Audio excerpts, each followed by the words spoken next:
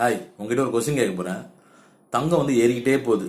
இன்னைக்கு பார்த்தீங்கன்னா 7555 ரூபாய். போன வருஷம் மட்டும் 20% ஏறி இருக்கு. இப்போ திரும்பி ஏறிக்கிட்டே போகுது. இன்னைக்கு 1 கிராம் ஆபரண தங்கம் சொல்லக்கூடிய 916 7555 ரூபாய். இந்த தங்க விலை ஏறத ஏறாம நிறுத்த முடியுமா?